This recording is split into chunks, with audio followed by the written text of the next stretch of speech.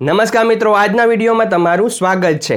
મિત્રો, તમને ખબર જ છે કે પ્રાથમિક શાળાઓમાં ધોરણ 3 થી 8માં તાસ મુજબ પીરિયડ પદ્ધતિ મુજબ જે અભ્યાસક્રમ છે તે ચાલતો હોય છે, ત્યારે આજનો વિડીયો છે એ કેટલા તાસ અઠવાડિયા દીઠ લેવામાં આવે છે પ્રથમ સત્ર દ્વિતીય સત્ર લઈને ધોરણ 3 થી 8માં તેની પૂરી ચર્ચા કરશું। તો વિડીયો પૂરો જોજો જેથી કે તમને પૂરી માહિતી મળી જશે। તો ચાલો આજનો વિડીયો શરૂ કરીએ।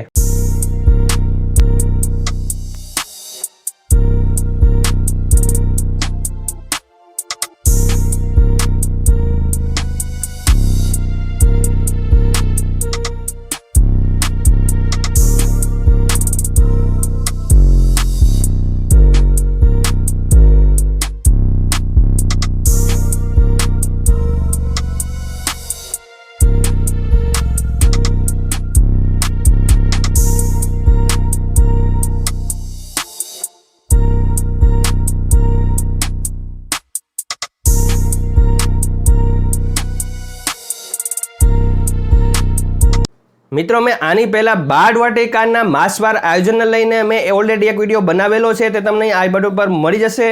અને સાથે સાથે ધોરણ 3 થી 8ના શૈક્ષણિક અભ્યાસક્રમને લઈને વિડીયો બનાવેલો છે, તે પણ તમને અહીંયા આ બટન પર મળી જશે। તો બંને વિડીયો પણ જોઈ લેજો। હવે આજના વિડીયોની વાત કરીએ તો તમારી સામે જે લિસ્ટ છે તે આવી રહ્યો છે કે જે ધોરણ 3 થી 8ના તાસ ફાળવણીને લઈને છે। તો તેમાં તમે જોઈ શકો છો કે અઠવાડિયા દીઠ કેટલા તાસ લેવામાં આવે છે। તો વિષય તમને આપેલા છે ગુજરાતી, હિન્દી, અંગ્રેજી, સંસ્કૃત સાથે ધોરણ આપેલા છે કે ધોરણ 6, 7 અને 8ના પ્રથમ દ્વિતીય અને પ્રથમ દ્વિતીય સત્ર દીઠ ધોરણ વાઇઝ આપેલું છે કે ગુજરાતી વિષયના 7 તાસ લેવામાં આવતા હોય છે અઠવાડિયાના।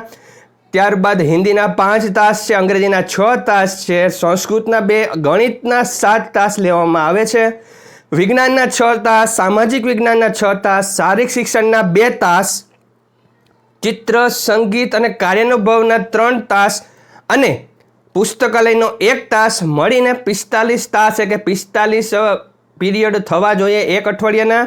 તે તમે ધોરણ 3 થી 5નું જોઈ શકો છો, જેમાં ધોરણ 3, 4 અને 5 પ્રથમ દ્વિતીય સત્ર દીઠ આપેલું છે, જેમાં વિષય છે ગુજરાતીના 12 તાસ, ગણિતના 12 તાસ, પર્યાવરણના 10, અંગ્રેજીના 3 તાસ, હિન્દીમાં 4 અને 5મા ધોરણ માટે આપેલું છે 2 અને 4 તાસ અને શારીરિક શિક્ષણ, ચિત્ર અને સંગીત માટે 8 તાસ આપવામાં આવે છે।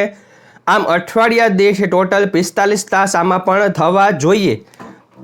તો મિત્રો, જે ટાઈમ ટેબલ છે તે આ રીતે બનાવવાનું થતું હોય છે। ટાઈમ ટેબલને લઈને મેં ઓલરેડી એક વિડીયો બનાવેલો છે, તે તમને આ બટન પર મળી જશે। તો મિત્રો, આજનો વિડીયો હતો એક ખાસ તાસ કેટલા હોય છે અઠવાડિયાથી તેને લઈને હતો। તો વિડીયો કેવો લાગ્યો જરૂર કહેજો। વિડીયો ગમે તો લાઇક કરી દેજો, ચેનલ સબસ્ક્રાઇબ કરી બેલ આઇકોન દબાવી દેજો જેથી કરીને તમને નવા અપડેટ મળતા રહે। Thank you very much. જય શ્રી કૃષ્ણ।